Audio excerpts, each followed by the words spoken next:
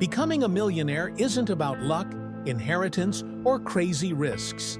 It's about consistency, smart choices, and time. Today, I'll show you how normal people, just like you, build wealth without losing everything. Even $500 a month in an index fund can grow to millions over 30 years, thanks to compound interest. Millionaires rarely get rich overnight. They invest in broad markets, not meme stocks or crypto hype. Side hustles that scale, like writing, design, or tutoring, add income without quitting your job.